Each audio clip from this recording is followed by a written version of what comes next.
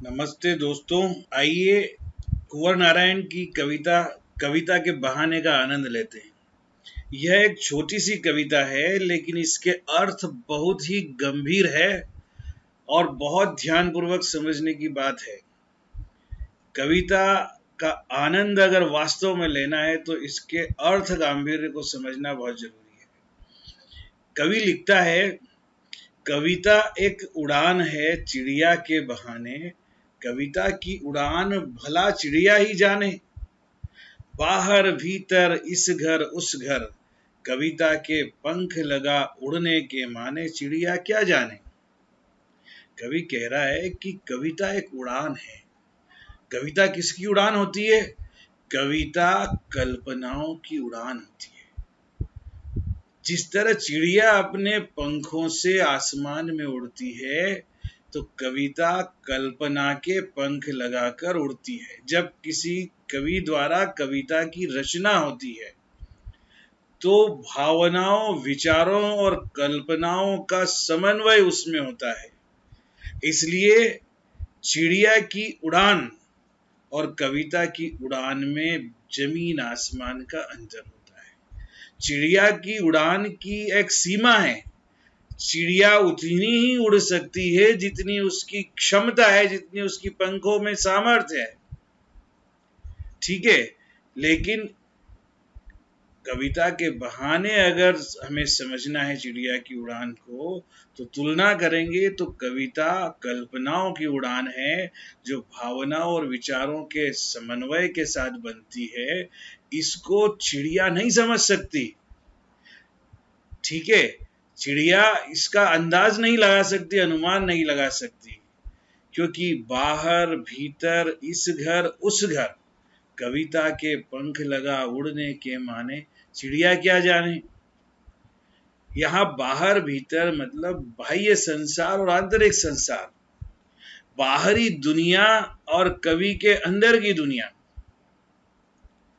इस घर और उस घर अर्थात इस स्थान और उस स्थान, हर जगह जहां जहां कविता पहुंचती है,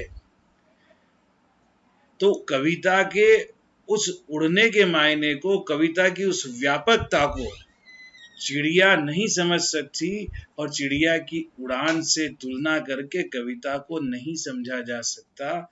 यहाँ कवि यह कहना चाहता है। देखिए, इस कविता में यह भी बताया गया है कि वास्तव में आज के युग में कविता को समझने वाले बहुत कम लोग हैं। कवि को यहाँ शंका है, भय भी है कि पूरी दुनिया जो है मशीनी हो गई है, यांत्रिकता हो गई है।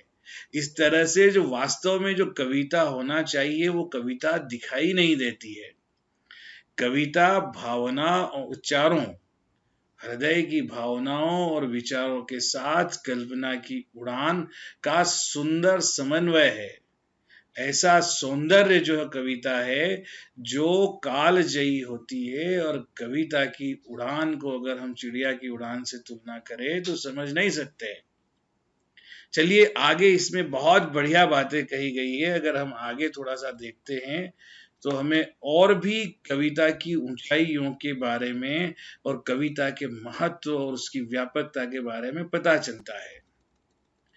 कविता एक खिलना है फूलों के बहाने, कविता का खिलना भला फूल क्या जाने।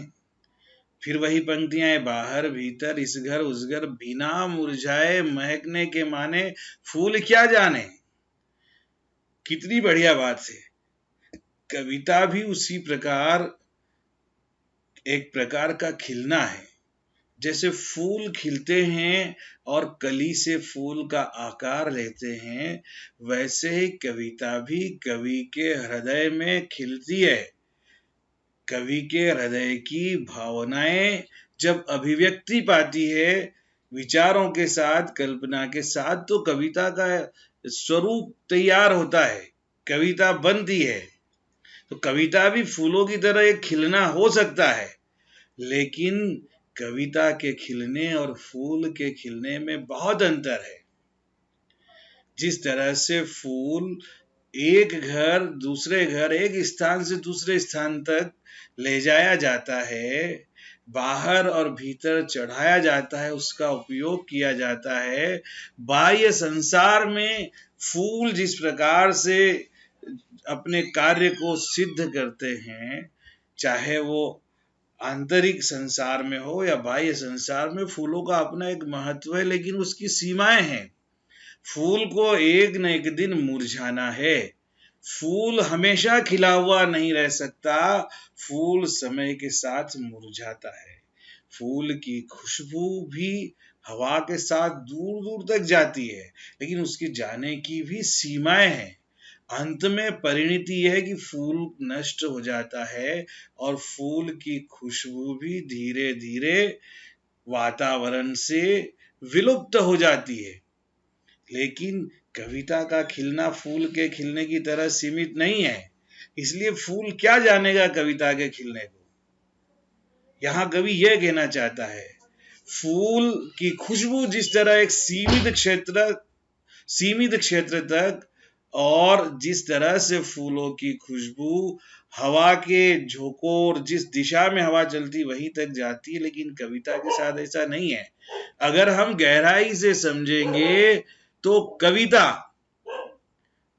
चारों दिशाओं में कविता फैलती है। कविता देश काल की सीमाओं में बंधकर नहीं रहती। हजारों लाखों लोग, करोड़ों लोग उसे कितनी भी बार पढ़े, उसके आनंद में कभी कमी नहीं होती। जितना कविता को समझा जाता है, जितना उसे आत्मसात किया जाता है, जितना उसका उपयोग किया जाता है, उसकी खुशबू और बिखरती रहती है ना। असीमित है कविता की, कोई सीमा नहीं है खिलने की, कवि दुनिया में फैलने की। कविता आज अगर भारत में लिखी गई है तो विश्व में वंदनीय हो जाती है, और आज अगर लिखी गई है तो आने वाले हजारों साल तक रहेगी, और हजारों साल पहले लिखी गई है तो वो आज भी है और आने वाले समय में भी रहेगी। हम एक छोटे से उदाहरण से समझ सकते हैं। रामचरितमानस 400 वर्ष पूर्व रामायण लिखी गई गोस्वामी तुलसीदास जी द्वारा, लेकिन आज भी उसको पढ़ने से उसके अर्थ सौंदर्य में, उसके आनंद में, उसके रस में कोई कमी नहीं होती। उसकी खुशबू, उसका महत्व वर्षों से फैलता रहा है, वर्षों तक फैलता रहेगा। उसकी व्यापकता में कभी कमी नहीं आएगी, लेकिन फूल की अपनी सीमा होती है, अपनी परिणति होती है। यहां ये कहना चाहता है कवि। अगर अंतिम 4 लाइनों में आप देखिए तो और मजा आएगा। कविता एक खेल है बच्चों के बहाने, बाहर भीतर यह घर वह घर, सब घर एक कर देने के माने, बच्चा ही जाने। यहाँ अगर कविता का कहीं कोई मेल हो रहा है, कहीं संबंध स्थापित किया जाता है, तो वो बाल बच्चे के जीवन से समझा जा सकता है। यहाँ एक कविता एक खेल है बच्चे के बहाने। जिस प्रकार बच्चे खेलते हैं, बाहर खेलते हैं, घर के भीतर खेलते हैं, इस घर में जाते हैं, उस घर में जाते हैं, और सारे घर में जाते हैं, लेकिन उनके मन में कोई भेदभाव नहीं होता। बच्चे जब खेलते हैं तो उनके मन में किसी प्रकार के पक्षपात की भावना नहीं होती। बच्चे जब खेलते हैं तो वो खेलने वाले खिलाड़ी जो होते हैं, उनके जातिगत या किसी भी प्रकार की वर्णगत भिन्नता है, उसको ध्यान में रखकर नहीं खेलते। बच्चे जब खेलते हैं तो उनका बाल हृदय भावनाओं से भरा और निश्चल होता है। और जब बच्चे खेलते हैं तो वो किसी भी घर में खेले, किसी भी स्थान पर खेले, उस स्थान में, उस घर में वो ऐसे रम जाते हैं कि वहां अपने पराये का भेद ही नहीं होता। ठीक अगर कविता को समझना है तो बच्चों के उस खेल के बहाने समझा जा सकता है। ठीक इसी प्रकार से कविता किसी भी प्रकार की जाति में, समाज में बंधी नहीं होती है। कविता मानव मात्र की पीड़ा को हरने वाली होती है। कविता चाहे किसी एक कवि के हृदय में जन्म ले, लेकिन कविता वही है जो जन जन के हृदय की भावनाओं को अभिव्यक्त करती है। कविता वही है जो चाहे कितने ही वर्षों पहले रची गई हो, लेकिन अनेक वर्ष होने पर भी उसके रस में किसी भी प्रकार की, उसका पढ़ने पर, उसको गाने पर, उसको समझने पर आनंद की अनुभूति में कमी नहीं होती। किसी भी जाति, समाज, वर्ग के लिए कोई कविता नहीं होती है। कविता मानव मात्र के लिए होती है। कविता चाहे किसी एक घर में, एक गांव में रची गई हो, लेकिन वो गांव की सीमाओं को लांघकर देश विदेश और संपूर्ण विश्व के लिए हो जाती है। इसलिए कविता सबके लिए होती है। कविता जो सच्ची कविता होती है, वो हृदय की पीड़ा की जो अभिव्यक्ति होती है, वो मनुष्य मात्र के कल्याण के लिए होती है। इसलिए कविता जो है कालजयी होती है। कविता जो होती है वो हमेशा आनंद देने वाले होती है। कविता किसी भी प्रकार की सीमा में नहीं बनती। कविता की न तो चिड़िया की उड़ान की तरह सीमा है, उसकी उड़ान अनंत है, असीमित है। और फूल की खुशबू देने की भी एक नियत अवधि हो सकती है कि इस अवधि तक ही फूल की खुशबू रहेगी, लेकिन कविता का आनंद किसी भी प्रकार की अवधि में बंधा नहीं होता। कविता को अगर समझा जा सकता है तो केवल बाल मन और बच्चों के खेल के बहाने समझा जा सकता है। जैसे बच्चे खेलते हैं तो वो जाति का भेदभाव नहीं होता, वर्ण का भेदभाव नहीं होता। वो किसी भी घर, किसी भी स्थान पर खेले, वो निश्चल हृदय से खेल को खेल भावना से खेलते हैं। और खेलने में जीत हो या हार हो, उसको वो हमेशा अपने गले से लगाकर ईर्ष्या द्वेष नहीं पालते। ठीक इसी प्रकार कविता निश्चल होती है, मनुष्य के हृदय की अभिव्यक्ति होती है। उसका प्रभाव सर्वत्र सार्वकालिक होता है, किसी सीमाओं में बंधी नहीं होती है। मुझे लगता है कि कविता एक, कविता के बहाने जो ये कविता है, इसका अर्थ मैं आप लोगों को समझा चुका हूँ। बहुत अच्छी तरह से बार बार रिपीट करके समझा दिया है। इसके 2-3 प्रश्न हैं, अगर हम चाहें तो इन पर विचार कर सकते हैं। इसके बाद हम अगली कविता पर बात करेंगे। आइए केवल 1-2 प्रश्न है, फटाफट हम विचार कर लेते हैं। देखिए, कविता के बहाने बताए कि सब घर एक कर देने के माने क्या है। भाई, सब घर एक कर देने का मायना यह है कि सब घर को अपना घर समझना, घर घर का कोई भेद नहीं होना, घर घर का, अपने पराये का, इस घर का उस घर का भेद मिटाकर खेल की भावना से खेल खेलना, यही इसका तात्पर्य है। और अगर कविता के संदर्भ में इसे समझा जाए तो कविता भी किसी भी प्रकार के क्षेत्रवाद की भावना में सीमित नहीं होती। और कविता पूरे विश्व को घर एक कर देना तो क्या, पूरे विश्व को एक करके चलती है। उसकी जो अभिव्यक्ति होती है वो सबके लिए होती है, किसी एक के लिए नहीं होती। यही इसका तात्पर्य है। उड़ने और खिलने का कविता से क्या संबंध बनता है?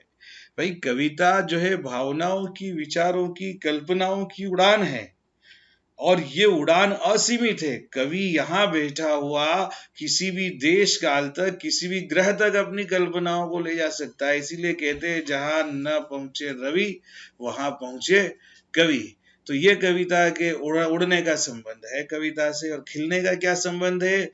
जिस प्रकार मनुष्य के जो जीवन में फूल खिलते हैं तो फूल, कली से फूल बनता है और खुशबू को फैलाता है, ठीक उसी प्रकार से कविता मनुष्य के हृदय में भावों की अभिव्यक्ति है। मनुष्य के हृदय में भाव जन्म लेते हैं और अभिव्यक्ति को वैसे ही पाते हैं जैसे कली से फूल बनता है।